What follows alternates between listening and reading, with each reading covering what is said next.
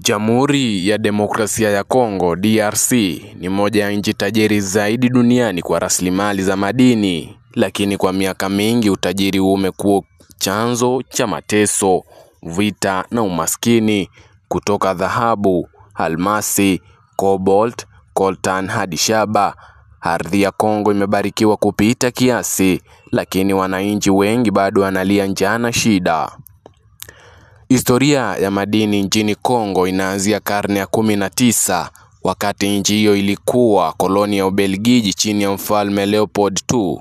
Wabelgiji waligundua kwamba ardhi ya Kongo ilikuwa na madini adimu sana duniani, hasa katika mikoa ya Katanga, Kivu, Kasai na Orientale. Katika kipindi hicho walitumia nguvu kubwa kuchimba mpira wa miti na madini, huku watu wa Kongo wakifanyishwa kazi ngumu kwa mateso makubwa. Baadhi ya madini makuu yanayopatikana Kongo ni pamoja na cobalt. Kongo huzalisha zaidi ya 70% ya cobalt yote duniani.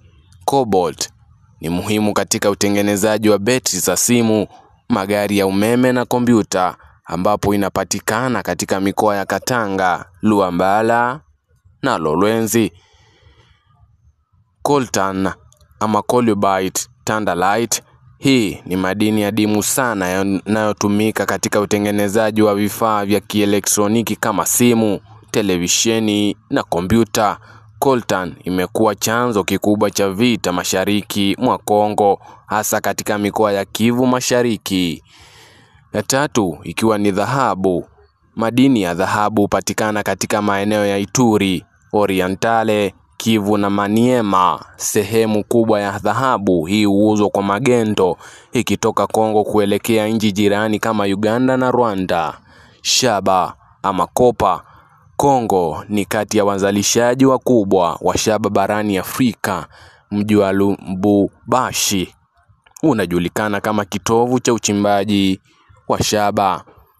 Tano ikiwa almasi ama diamond.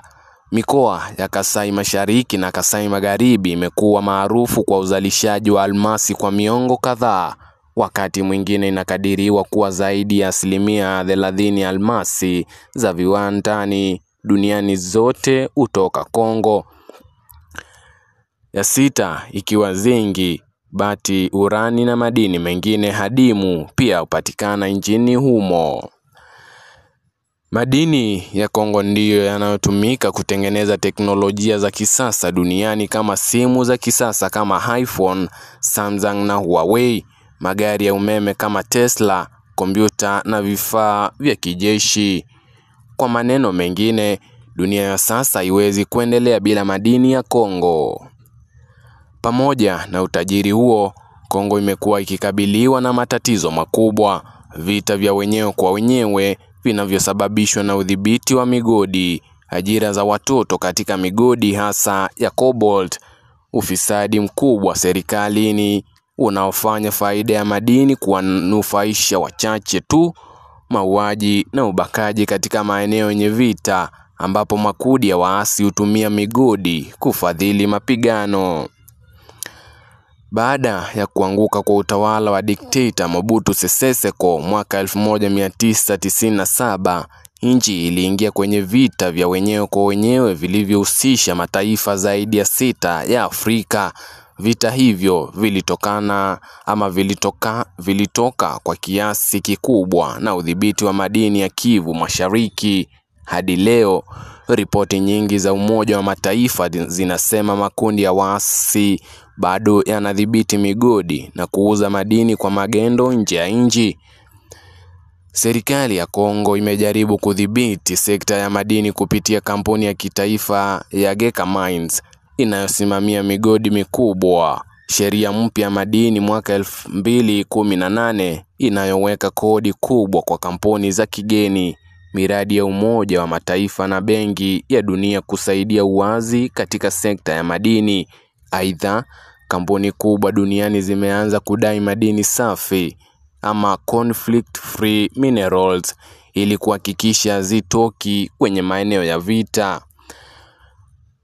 Profesa Mboyo Kalonji ni mwanafunzi kutoka chuo kikuu cha Kinshasa aliwahi sema kuwa Kongo ni nchi tajiri maskini. Tunazo rasilimali ambazo dunia zima inahitaji, lakini bado wananchi wetu wanaishi kwenye umaskini wa kutisha. Suluhisho ni usimamizi mzuri na amani ya kudumu. Madini ya Kongo ni baraka na laana kwa wakati mmoja. Ni baraka kwa sababu yameipa nchi heshima kubwa katika ramani ya dunia, lakini pia laana kwa kuwa yameleta migogoro, umwagaji damu na ufisadi usiokwisha.